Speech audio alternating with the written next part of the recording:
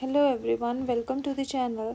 आज हम इस वीडियो में bailable and non bailable offences के डेफिनेशन को कवर करेंगे। किस तरह से आपके पास अगर मेंस में आंसर आता है, किस तरह से आपको अपने आंसर को अटेम्प्ट करना है, वो चीज़ देखेंगे कि bailable offence and non bailable offences के क्या एग्जांपल्स हैं, किस तरह से आप उसमें क्या क्या मैटर लिख के रहोगे, वो सारी चीज़ को हम कवर करेंगे अकॉर्डिंग टू 10 मार्क्स के अकॉर्डिंगली। ठीक है, तो क्वेश्चन क्या आ सकता है आपके पास? आ सकता है कि एक्सप्लेन करो bailable and non bailable offences को। ठीक है, या फिर आएगा शॉर्ट नोट लिखो बेलेबल ऑफेंसेस का एंड नॉन बेलेबल ऑफेंसेस की। तो जो आपका ऑफेंसेस हैं बेसिकली, जो वो ऑफेंसेस को दो कैटेगरी में डिफाइन किया गया। एक तो होता है आपका बेलेबल ऑफेंस एंड एक होता है आपका नॉन बेलेबल ऑफेंसेस। जो हम जनरली देखें तो बेलेबल ऑफेंसेस वो ऑफेंसेस होते हैं जिनकी पनिशमेंट आपकी 3 साल से कम होती है। जिन भी ऑफेंसेस की पनिशमेंट 3 साल से कम होंगी वो वाले ऑफेंसेस आपके बेलेबल ऑफेंसेस के अंदर कवर होंगे। बट इन केस क्या होता है, कई बार कुछ एक्सेप्शंस आ जाती हैं, लाइक फॉर एग्जांपल जैसे कुछ केसेस होते हैं जिनकी पनिशमेंट 3 साल से कम भी है, बट वो किस में कवर होते हैं, वो नॉन बेलेबल ऑफेंसेस में कवर होते हैं। लाइक कोई भी आप एक्ट कमिट कर रहे हो अगेंस्ट द गवर्नमेंट, ठीक है, उनमें 3 साल की आपकी पनिशमेंट है, 3 साल का बेल बॉन्ड भरवाया जाता है। सिक्योरिटी कीपिंग, सिक्योरिटी पीस बनाने के लिए आपकी सिक्योरिटी ली जाती है, गुड बिहेवियर के लिए सिक्योरिटी ली जाती है, उसमें 3 साल के बॉन्ड बनवाए जाते हैं आपसे।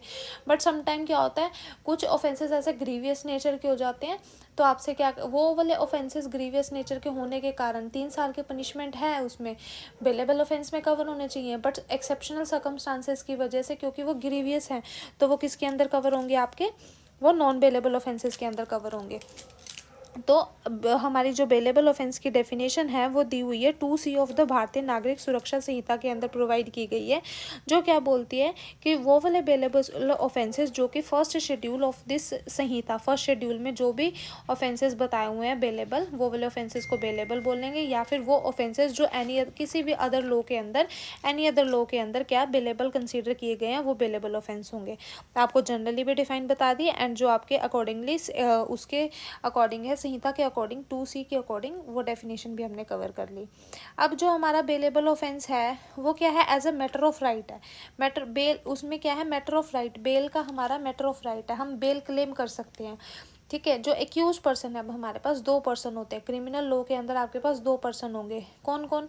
एक पर्सन होता है जो जिसने एक्ट कमिट किया है, जिसने रॉन्गफुल एक्ट कमिट किया है, उसको हम बोलते हैं एक्यूज। एंड एक पर्सन होता है विक्टिम। विक्टिम वो पर्सन होता है जिसके अगेंस्ट में क्या होता है, रॉन्गफुल एक्ट कमिट किया गया होता है, जो क्या होता है, मतलब जिसको हार्म हुआ होता है, वो विक्टिम कंसीडर होता है।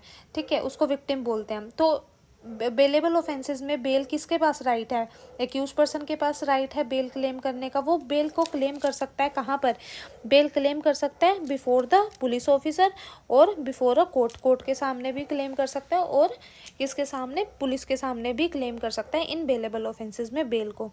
अब जो एक्यूज पर्सन है उसने बेल क्लेम की, बेल क्लेम करने के बाद उसको क्या करेंगे, हम रिलीज़ कर देंगे। रिलीज़ किया पर्सन को, अब उसको रिलीज़ कर रहे हैं तो उससे कुछ कंडीशंस को भी फुलफ़िल करवाना पड़ेगा ना, तो उसके लिए हम उससे क्या करवाते हैं, एग्जीक्यूट करवाते हैं एक बेल बॉन्ड, जो क्या हो सकता है, विद और विदाउट श्योरिटी हो सकता है। एंड उस बेल बॉन्ड के अंदर आपकी सर्टेन कंडीशंस होंगी जो कि पर्सन को फुलफ़िल करनी पड़ेंगी, एंड वो पर्सन फुलफ़िल करेगा उन कंडीशंस को। एंड अगर वो पर्सन उन कंडीशंस को फुलफ़िल नहीं करता, देन जो पर्सन को बेल दी हुई है उसकी बेल को डिनाई कर दिया जाएगा एंड उसको दोबारा से पुलिस ऑफिसर क्या कर सकता है, अरेस्ट कर सकता है। एंड इन बेलेबल ऑफेंसेस में क्या है, पुलिस ऑफिसर के पास अरेस्ट करने की पावर नहीं है विदाउट वारंट। अगर पुलिस ऑफिसर को किसी भी एक्यूज पर्सन को इन बेलेबल ऑफेंस में अरेस्ट करना है तो उसको पहले जाकर मजिस्ट्रेट से क्या लेना पड़ेगा, एक वारंट लेना पड़ेगा, तभी वो जाकर क्या कर सकते हैं, एक्यूज को हम अरेस्ट कर सकते हैं। अब एग्जाम्पल क्या हो सकते हैं आपके बेलेबल ऑफेंसेस के, एक सिंपल होट हो सकता है, पब्लिक न्यूसेंस हो गया। ठीक है, इसमें केस था आपका रसिक लाल वर्सेस किशोरी लाल। इस केस में आपका बताया गया कि जो एक्यूज है उसके पास क्या है, जो बेल का राइट है ना, वो क्या है, इनडिफिजिबल राइट है एंड एब्सोल्यूट राइट है, उसको कोई भी डिनाई नहीं कर सकता। अगर किसी पर्सन ने 3 साल से कम वाला एक्ट को कमिट किया है, ठीक है। एंड पुलिस सबसे पहले उसको अरेस्ट नहीं कर सकती। क्यों नहीं अरेस्ट कर सकती? क्योंकि पुलिस के पास विदाउट वारंट अरेस्ट करने की पावर नहीं है।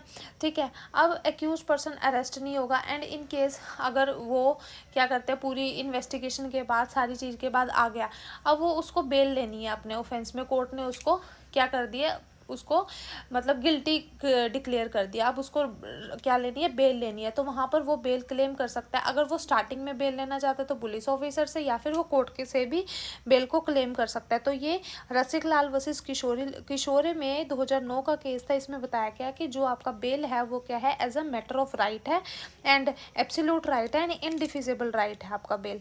ठीक है। जो सेक्शन 478 प्रोवाइड क्या करता है, किस तरह से आप बेलेबल ऑफेंसेस में बेल को ले सकते हो। 478 को इसके साथ पढ़ना है। एंड अगर कोई भी आपको बेल को देने से रिफ्यूज़ करता है तो आपका जो आर्टिकल 21 है उसकी वॉयलेशन होगी यहाँ पर।